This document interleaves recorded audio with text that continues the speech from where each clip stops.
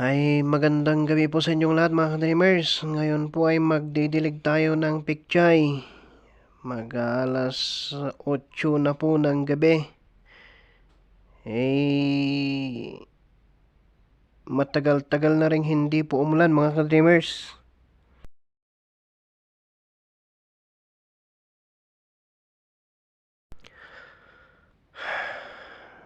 Mahirap talagang mabuhay ng may kapansanan mga ka-dreamers. Ang dilim talaga ng buhay. Hindi natin alam kung ano ang ating kinabukasan. Masyadong madilim.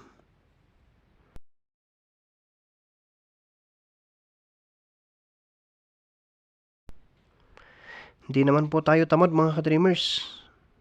Gusto nating magtrabaho. Talagang disqualified lang kasi tayo. Sasabihin ko sa inyo ang katotohanan mga ka-dreamers. Sa dinami-rami po ng ating inaplayan, 2 po ang tumanggap sa atin. Pero boli lang pareho ang naranasan natin sa kanilang mga kamay. Lalo na dun sa isa mga ka-dreamers na administrator ng isang eskwelahan. Sinagasahan niya ang ating pagkatao. Grabe mga ka-dreamers. Yung tipong magkakaroon ka ng mental torture. Torture nga, torment pa.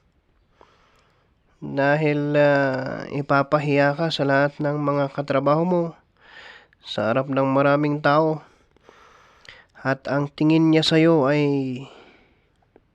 patay gutom. Na kung hindi dahil sa kanya, mamamatay ka. Agad-agad. Yun ang pagtrato na naranasan ko sa isang school administrator na yun mga ka-dreamers. Hindi naman po ako papayag na basta-basta lang niya akong tatratuhin na parang baboy at sunod-sunuran. Kaya po ako umalis mga ka-dreamers. At nagmamabaka sakali na balang araw aasinso ang aking buhay para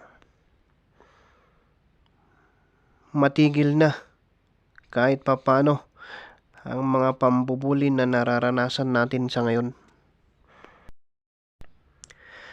Ang dilim talaga ng mundo mga ka-dreamers, parang ganito. Maski sa social media nga po, 0 views, 0 subscribers.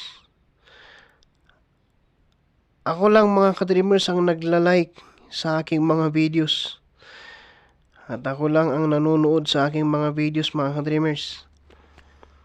Sana balang araw lalago itong ating channel. Umaasa ako mga ka-dreamers na magkakaroon ng breakthrough ang buhay ko sa pamamagitan ng munting channel na to. At syempre mga ka-dreamers, sa pamamagitan ng taus-puso po ninyong pagmamahal, ay malaking tulong po sa akin mga ka-dreamers kung mag-subscribe po kayo sa ating channel. Sa akin naman po mga ka-dreamers,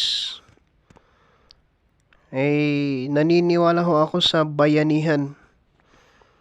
Kaya ako din po ay nagsusubscribe sa channel ng iba.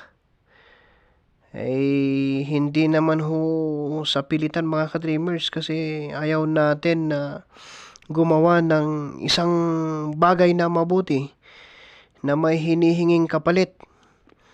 Unconditional po mga ka-dreamers ang pagsusubscribe natin sa channels nila. Kung sakaling mapadaan ho sila sa ating munting channel at magsusubscribe din po sila, nakoy, maraming salamat po. Pero hindi natin ginagawang sapilitan mga ka-dreamers. Tulong-tulong po tayo dito mga ka-dreamers. Bayanihan. Para sabay-sabay po tayong umangat. Kaya yun, gagawin ko talaga ang lahat para mapalago ang channel na to. For the meanwhile kasi mga ka-dreamers, talagang Wala akong magandang gamit. Cellphone ko mga ka-dreamers, bulok-bulok na po. Ay pangarap kong makabili ng bago. Pangarap kong makabili ng power bank. Pangarap kong makabili ng monopod or tripod. Yung mga kagamitan mga ka-dreamers para mapaganda ang ating mga videos. But maybe somewhere in the near future, unti-unti nating ma-establish ang ating mga kagamitan sa pagbo-vlog mga ka-dreamers. For the meanwhile po mga ka-dreamers, huwag po tayong mawalan ng pag-asa. Kakayanin nating mabuhay hanggang sa makarating tayo sa tuktok ng tagumpay mga ka-dreamers. Kung ikaw po ay may kapansanan ka-dreamer at nawawalan ka na po ng pag-asang mabuhay, nawawalan ka na po ng ganang mabuhay sa mundong ito, hindi po kayo nag-iisa ka-dreamer. Andito po ako. Inamin kong talagang hindi may iwasan ang malungkot. Ay sino naman po ang may gustong magkaroon ng kapansanan Ang hangad po natin, malusog tayo at kompleto ang parte ng ating mga katawan. Kaya po kahit anong nangyayari, kahit anong gawin natin, malulungkot pa rin tayo mga dreamers, pero kinakailangan nating lumaban.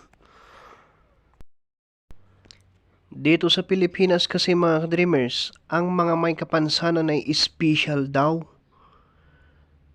Pero hindi ko alam kung sa anong dahilan na bakit sila itinuturing na special. Ang special sa alam ko pinapahalagahan yan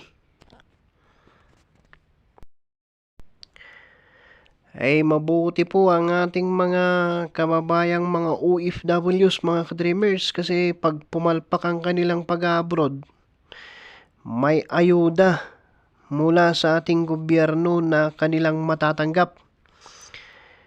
At tatawagin silang mga bagong bayani mga ka-dreamers. Pero sa amin po kasing may kapansanan, yung mga inborn disabilities kung tawagin natin mga ka-dreamers, wala pa ata akong nakitang sangay ng gobyerno na nagpautang man lang ng livelihood, nagpautang man lang ng 100,000 pesos na puhunan sa pagnenegosyo. Sa kabila ng talamak na mga korupsyon, economic plunder, mga milyon-milyon na pinananakaw ng ating gobyerno mga ka-dreamers, ni hindi sila maka-afford ng 100,000 pesos na maipautang sa mga persons with disabilities na kanilang magagamit para makaahon sa buhay. Kung ipapautang mga ka-dreamers, mahirap. Pero kung ipapanakaw, bilis-bilis, milyon-milyon pa. Kaya ingatan ninyo ang inyong mga sarili mga kababayan para hindi kayo ma-disable. Mahirap na. Mga nababalitaan natin tuwing Pasko, bagong taon, na nagpapaputok ng mga rabintador na puputulan ng mga daliri. Nako mga ka-dreamers, you just don't realize